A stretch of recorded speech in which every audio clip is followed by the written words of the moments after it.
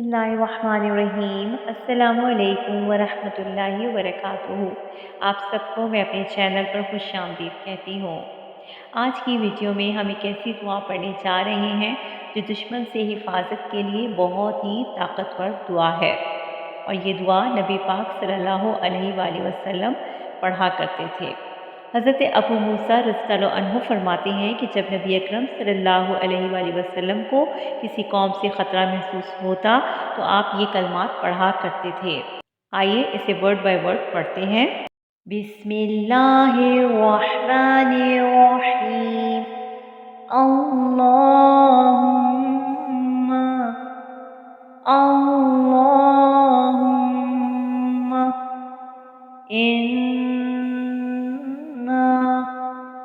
انا نجعلک فی نحورہم